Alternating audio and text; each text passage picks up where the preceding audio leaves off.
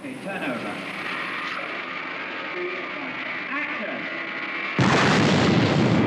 It's a triumph for Stingray, and a further success for technicians at a British film studio.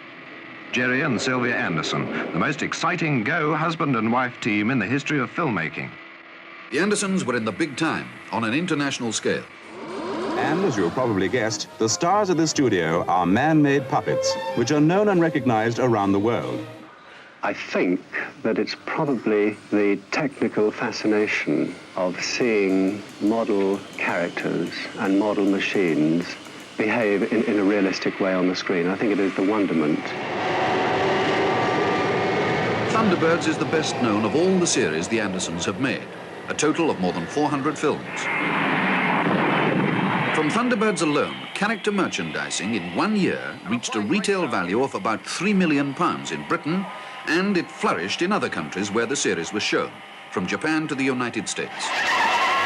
We're not going to make it. We're running out of runway. The brakes are applied, but the wheels catch fire. They're out of control. Will the plane crash too?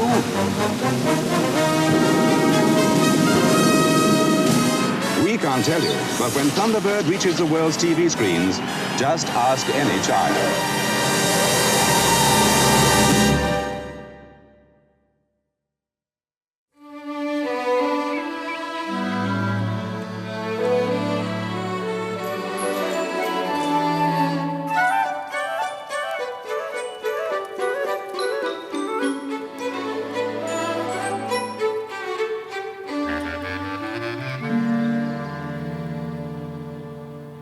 Mary, in 1963 we came here.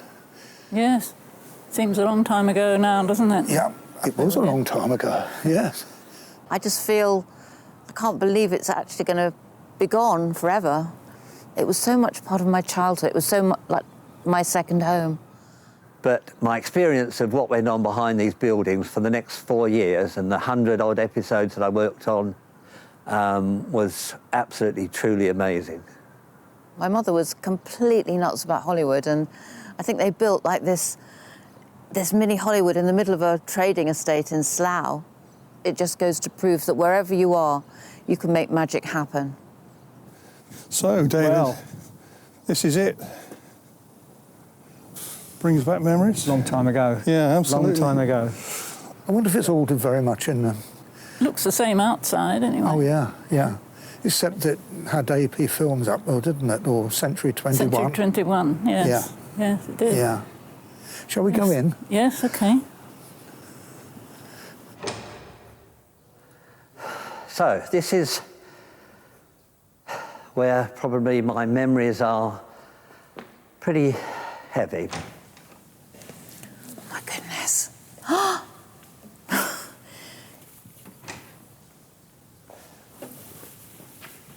Oh. Good Lord. Is this really where we used to be in those days? Yeah. And you've reconstructed it. Incredible.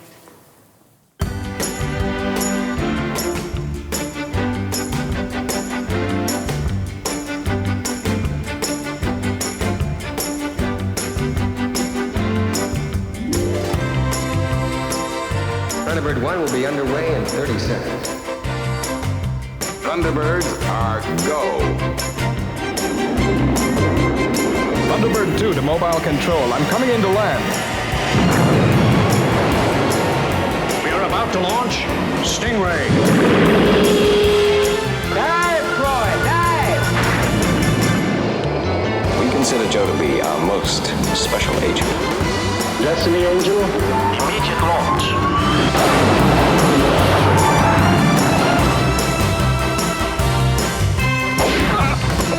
Captain Scarlet is indestructible. You are not.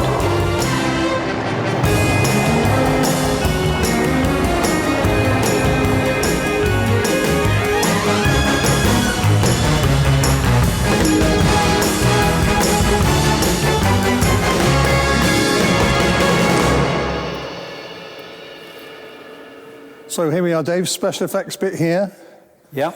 Just enough room to take a 14-foot square tank. And we had a sky backing. We did. Curving. With sky pans. This was special effects just here, wasn't it? Then it was Yes. us, and then Alan Patillo. Stage and beyond, yeah. Two puppet stages. Yeah. But there's some puppets down there. Should we go and have a look? Yes, they're sitting up down there on something, aren't they? Oh, wow, look, the Rolls Royce. The old Rolls Royce. And Parker's even sitting there, look. Yeah. This is just awesome. And look at this. Fab One and Parker. Yeah, this was the puppet scale one. Yeah. I mean, you had all the small scale. We did, yeah. For all your special effects. I mean, it's still a lovely design, isn't it? Yes, yes. Was it Derek Meddings did all this, didn't he? He designed did the it, design. didn't he? Yeah. Good design, one of Derek's classic designs. It was indeed. And Tracy Lounge. I control most of the rescue operations from here. It was a pretty easy set to shoot, but because the floor space was quite vast, because it was a master set and used constantly, you had to build it in sections. Then you came round to here, so one of these characters would come through on the video phones, pull half the set out, get the camera in to do the close-ups. Go ahead, John. We have our first emergency call, Father. The new Fireflash Max 6 atomic airliner is in distress at London Airport. The Fireflash? Why, that's Tintin's aircraft. How nostalgic. It all comes back. Yeah. It's like yesterday. In some ways it is, isn't it? Yeah. And yet it's such a long time ago now. And I remember all the puppeteers being up there and all the lip sync, the voices were put to the puppets, all the miniature sets that are here now again. It's absolutely incredible. And it's really quite emotional for me. My main memories of this building are filming Thunderbird 6. Derek Meddings built the most enormous set on the floor of this particular building. It ran from one end to the other and side to side. Just enough room on one side for the dolly to move down and track the Thunderbird vehicle.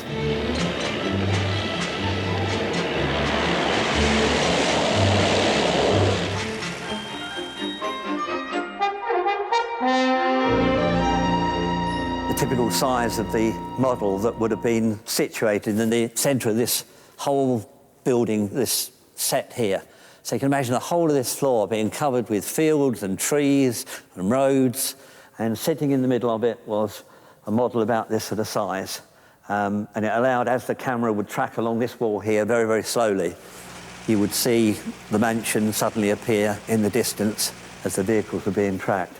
And of course, the camera dolly had to be pushed at exactly the same speed as the vehicles that were travelling through, because the camera was tracking the vehicles.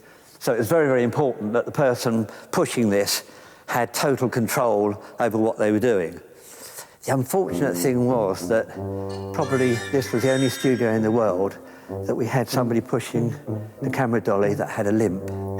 So you can imagine when you're trying to push something like this and you're pushing it with a bit of a limp, it made life a little bit more interesting. And there's Lady P's lounge. Yes. The star of the show. I just adore Penelope. I think most people do. She looked great. She got her teapot. Just the same. Yeah. And I remember when my mother created her with Mary Turner, and it took a long time because they couldn't get the facial features right. And actually, as they worked her, she became more and more like my mother, and in fact, at the end, she was based upon my mother's features. Everything to do with Lady Penelope was Sylvia. She created the character, she dressed it, she voiced it, and she looked after it like a baby. International Rescue, Lady Penelope speaking. Her and Parker together were a good double act, weren't they? Oh, brilliant, yeah, absolutely. What an adventurous life you've led. Great, my lady.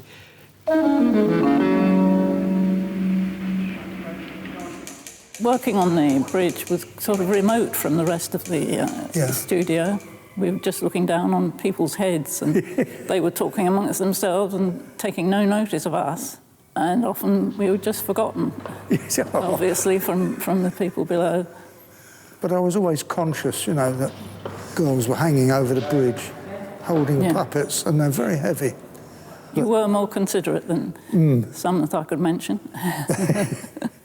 Yes, out of all the puppeteers, I always wanted to work with you and Judith. We had that sort of rapport. You and Judith could almost sort of, you always knew what my thoughts were. and you'd be sort of doing something before I'd even mentioned it. Well, you know, and Judith would be off the bridge and get the prodder and bring the puppet over, perhaps be doing hair or something like that, and then whiz back up and off we go. Well, Judith and I always worked well together. Oh, you did? As puppeteers. Yeah. Yeah. And well, we liked working with you, actually. Oh, it was good fun. We did have our favourites amongst the directors. Yeah, we could always have a laugh, couldn't we? Yes. And then go for a drink afterwards or something. Yeah. We enjoyed working with Desmond, but he got a bit impossible sometimes. Really? We had a locker with all our bags and things in on the stage, and we used to keep a little bottle of brandy in the back of it. Really? So if things got too het up, we'd go down and have a quick nip. Judith and I, that is. Yeah, I was never invited. We didn't tell anyone about it. How marvellous. Christine Glanville was fantastic too, and she was such a talented puppeteer, and she would really work the puppets, and they came to life as people. I think also you used to talk to Christine at the same time, didn't you? Like you were speaking to the same person? Yes. Yeah. Yes, because you'd always address Christine. Can Lady Penelope do this? Can Lady Penelope do that? Can Jeff do this? Can Jeff do that? You always refer to them as people. So you don't think about filming them like puppets. You think of filming them like real people. I'll meet you at the main cabin. If you filmed a person, then you have to film this in the same way, but you're obviously working on a smaller scale. I think if you think about that, that's why it looked like it did, because you never thought you were doing anything other than a real show.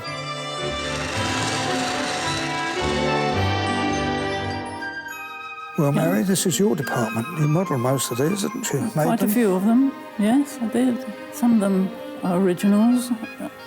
That's the remains of Marina. Aqua Marina, why don't you say that you'll always stay close to my heart? No eyes.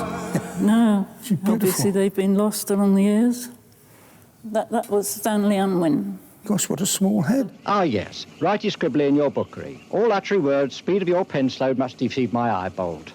I didn't quite catch that, sir. Ah, Partlow. I'll explain it. And that's a Captain Scarlet there, and that's the size of a Marina. Yeah. Well, this is all part of the experimentation, wasn't it? Yes. Yes, there's the hood. Oh, yes. They're different expressions, aren't they? They are, yes. There was a normal one, a smiler, and a frowner, and a blinker. That was for our stage, and then the other stage had to have the same, I suppose, or did you interchange? No, they had one. They had a normal, and then we interchanged the expressions. So that was 5 heads altogether. This is a replica of Parker. Yeah. It's very good, isn't it? All the inside workings. They were quite heavy because they've got the metal bits inside too. And the eyes work. We weren't allowed to walk them, of course. We did that, didn't we? Sort of. Yes. We walked them behind crates and all that sort of thing. Yes. It was thought that their walk wasn't human enough. Now, those are new puppets, aren't they? Mr. Charles and Dawkins. Be careful with that tapping device, Dawkins. We don't want them to suspect we're listening to their conversation. Sorry, sir. I don't think they realise anything is amiss. Excellent. Keep listening, Dawkins, to make sure. When you think these new characters, we came back 50 years later to make another film. Yes, that's right. What good fun it was. It was Just came naturally, didn't it? Yeah, I was still actually able to get up onto the bridge and work something. You up it like a 2-year-old. So hopefully you'll be able to be there. Can Parker be the other side? Yep. Running. Action. You've got some pretty good gadgets that maybe could improve your security. It's awfully sweet of you to offer, Jeff, but I really think I can handle things. That was very good. Print. So fun. And the new ones, the new three new ones, they're brilliant. No, they are really good. Well, when I went to the stage, I thought, this is amazing. It's just a replica of what we were doing. Yeah. It was a mirror. It was great coming back. It was great. Yes, it was, wasn't it? They made a good job of the They're beautiful, aren't they? the new puppets. Yeah. Thunderbirds are definitely go. Wow. This is amazing. Probably 50 years since I've held one of these, one of the original Angel aircraft. And of course, as a beautiful model as it was so vulnerable because you can imagine every time that bounced off its wires, that broke, that broke, that broke, that broke, that broke, constantly being repaired on a probably an hourly basis during the actual series being filmed. I think we had at least 3 different sizes of it. Probably that was the most popular for flying shots. Quite something to hold, something you worked with every day, and not having seen it for 50 years, it's quite, brings a lot of memories back.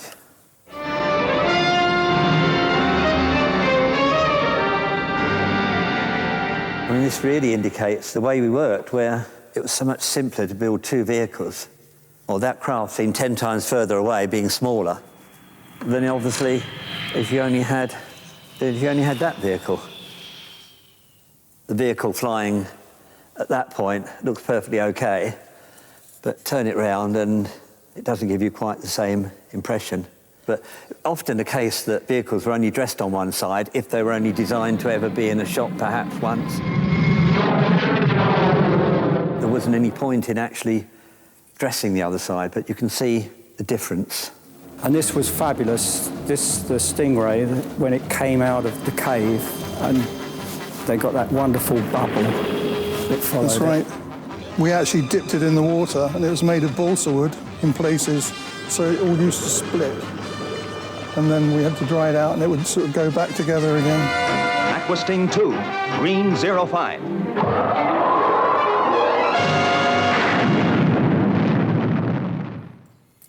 And the wires had a control where you could actually bank as you were flying it. Like a little T-piece on the top. Same for Thunderbird, too. Yeah. Oh, my gosh. Thunderbird 2. I can't believe it.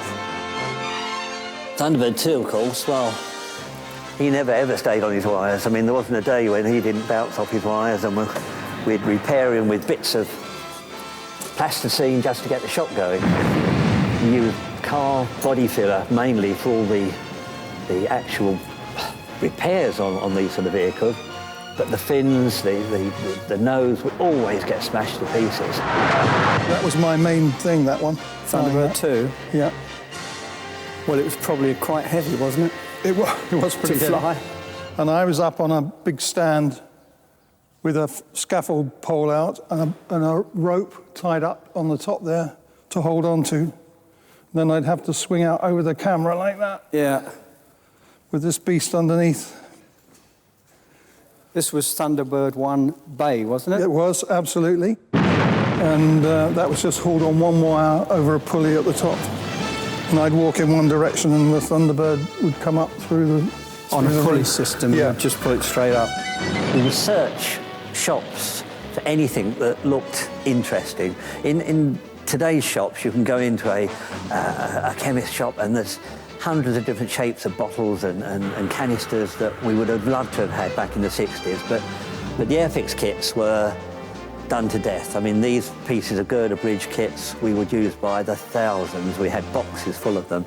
But we got the famous lemon squeezer, of course, which everybody always refers to, that's stuck in there, that we know is a lemon squeezer, but in the day, it was the most perfect fan, vacuum, whatever, that you'd ever want.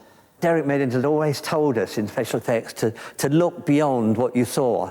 We found some bags outside with this blue stuff in, which we put down. It was really good landscape stuff. It turned out to be blue asbestos. Oh, and then we had explosions nice. with it as well. So how we survived, I don't know. Big boy over here, skydiver, well, he was something else, because the only time we ever moved him on water, he would be on a track that was set under the tank. We had a much smaller version that we used for all the flying shots, but he was quite a beast. And of course, the worrying thing with this was, whenever we were dirtying it down and adding bits to it, it was so easy to put something onto this vehicle, but you had to replicate it on something that was only perhaps 18 inches long. So you couldn't go too mad in what you actually stuck on this, because you couldn't find something that would work when you put it on the smaller model. Dive, dive, dive!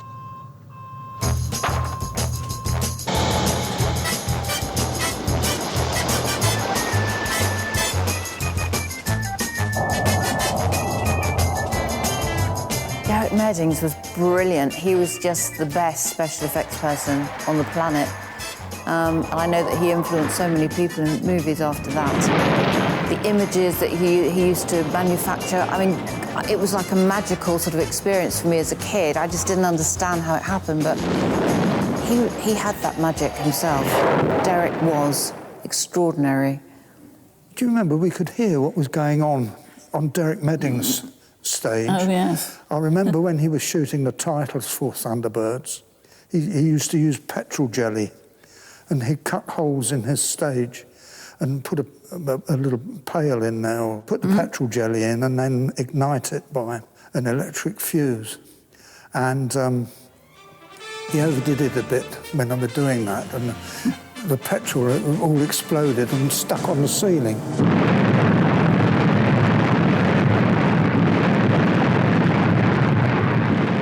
Someone shouted out, the roof's on fire. And for some reason, if something happens, a cameraman always cuts the camera. And poor old Derek, he shouted out and swore. He said, if anybody cuts that camera, he said, I'll kill him. He said, keep filming. I remember that, and then there'd be these terrible bangs all the time from the special effects stage.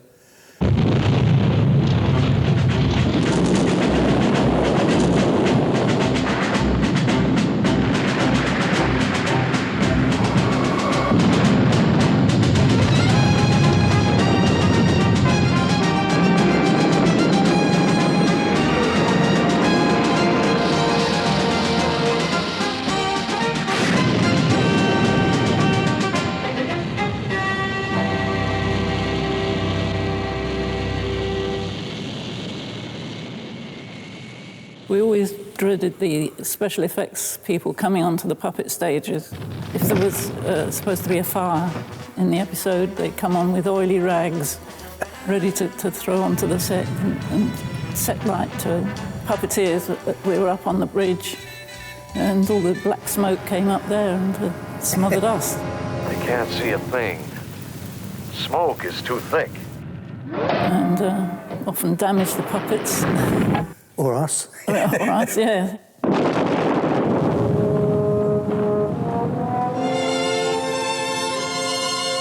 Oh, folly. Oh, dear. It would appear there are times when the tiger takes no notice. I remember Derek Meddings was on the stage on the alligator film. He got in a tank with all these alligators, and they're about that long. Yes, I remember and they were on seeing strings. them. Do you remember? Yeah, yeah. And Derek Meddings is in this tank, and he said, let's finish that. And someone pulled the string and said, there isn't an alligator on the end of the string. And I've never seen Derek Meddings move so quickly in all my life. He was out of that tank. Switch on the display, Lieutenant Green. Yes, sir. And The field that was at the back of that fence was where we used to play football in the lunchtimes. Inter-department football matches. Yeah, we out did, here. absolutely. So whether it's special effects or puppets, we all mixed together, and we'd have a game of football in the summertime out on those fields that are now part of a housing estate. 5, 4, 3, 2, 1. And the car park for everybody to look at. There was a magic of a feature film being played. Derek wanted the beauty of the natural sky for his launch sequences for Doppelganger. And so he built a gantry across from one building to the other. You know, it would have been up there about 5, 6 feet high. In this split second of time, you can share an adventure unlikely to be repeated in our lifetime. A journey to the far side of the sun. And this is where I would have come every day through these doors for the Rushes Theatre, which was set up just in the corner over here. So the corner of this building here would have been all the Rushes Theatre, projection room at this end, and the entrance would have been through the corridor at the end there. To see your work every single day being shown to what was to me an elite team of young lads that all had their own impressions of what was good and what was bad.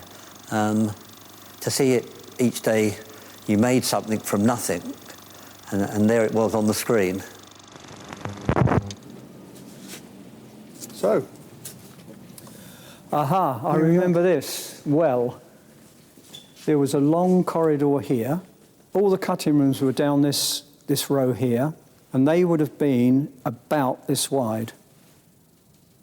And they were like chicken hutches all the way down. So this was the corridor. This came round here and led you into the stage here. Now, back there was John Brown's model shop. Right.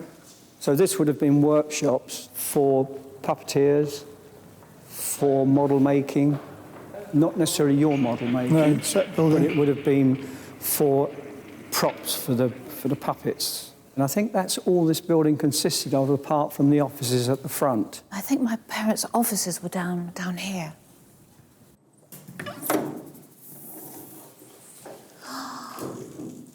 Oh, my goodness. This is where we all got to know Lady Penelope. This was Sylvia Anderson's office. This is so strange.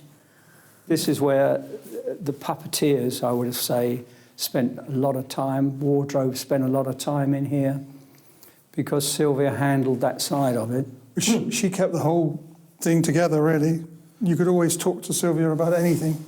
She was very, very good on character. She always made sure that the dress was right. Lady Penelope's hairstyles were all done with her, and she was brilliant at it, absolutely brilliant. But people would come in and ask advice, and they'd talk about their problems to her. It's really strange. Yeah, and the view's pretty bad too, the same as it always was. I mean, it was never a pretty place to be, but as I said, it was like magic in here. This was Gerry's office here. That's it. And this was this is private loo. Oh. Different seat. The special effects boys, while he was up at Lou Grade's office one day, and he called back to say that they'd got the next series, and the boys thought it'd be very nice if they gave him a gold throne. So they sprayed the white seat gold. And not only that, they put sparkle in it. Oh, it's probably worn out, yes. God, how many hours did I spend in here? Hours upon hours. The size. Yes, it was an absolutely huge, huge office. It's like being a child, because for me, this was always bigger. It was always a larger room. Absolutely. Good Lord. Yes, Yeah, Gerry that was his office. had his chair and desk. And That's right, yes. He had monitors up, didn't he? Because each stage he could see what was going on. Yes, he could see what was going on, yeah. Check up on us. Yeah. Everybody followed Gerry from one series to another, but he used to enjoy us being on it because it was like family, really, wasn't it? Yeah. He could rely on us. It was a family. It really was a family here. They weren't just work colleagues. We actually went to one another's houses in the evenings. We spent time together. We went to weddings together, christenings. We saw one another's children that were married. Yes, there's quite a few of us that are no longer here. Yeah, gosh. No, unfortunately. Yeah, it is unfortunate. You know, this lot's going to be demolished. Yes, yeah. If they built new factories here, I wonder if we could come and have one of those. Do some more Supermarionation. Yes, that would be funny, wouldn't it? In fact, it would be really good. Especially as I've just learned how to get here again. Yes. Yeah, yes, it would be nice, I think. I think to know that these buildings were always here kept my memories alive. To think they're not going to be here anymore, the memory's all up here. At the moment, I can still look around this building and I can still see everything as it was in 1966. I can hear the voices of the people, I can see the crew, I can see the sets. I mean, I don't come back here at all now, but I always think of it being here. So to me, it's the end of an era. And it's sad, but it's new beginnings. How sad. It's all gone. Yes. Because I wasn't here when all the studios closed down, but... No, that was at the end of Secret Service. Yes, I remember that. I mean, I still believe in 1969 we were the most advanced special effects studio in the world for miniature effects, and yet that wasn't taken advantage of. And probably one of the saddest days of my life was in the December of 1969 when we got our pay packet with a little memo inside it that said, in 2 weeks' time, you're all going. That's the end of it. That's the end of the studios. And I couldn't believe it. Even worse than that, because what we'd been making in the special effects department was being destroyed in front of us on a daily basis by an outside company that had been brought in and just been told to smash everything up that you could see and put it into skips, because who wanted it? Had no value. Who wanted a Lady Penelope's mansion? I mean, who wanted a Thunderbird too? I mean, knowing that we were all going, knowing that the team would never be probably put back together again, was hard to live with, really. I just wish that one magic snap of a finger that it could all be back as it was in 1966 and the same crew were here.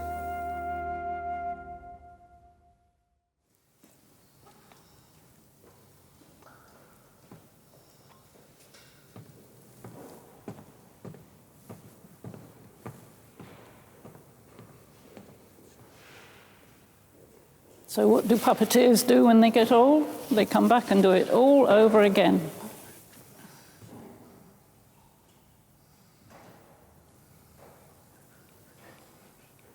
Turn over and action.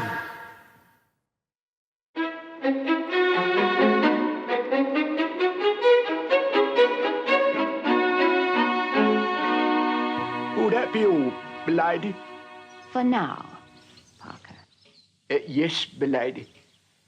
Oh, Parker. Yes, milady. Thank you. Good night, milady.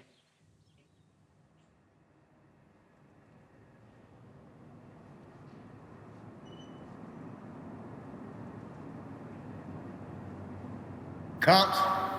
Print.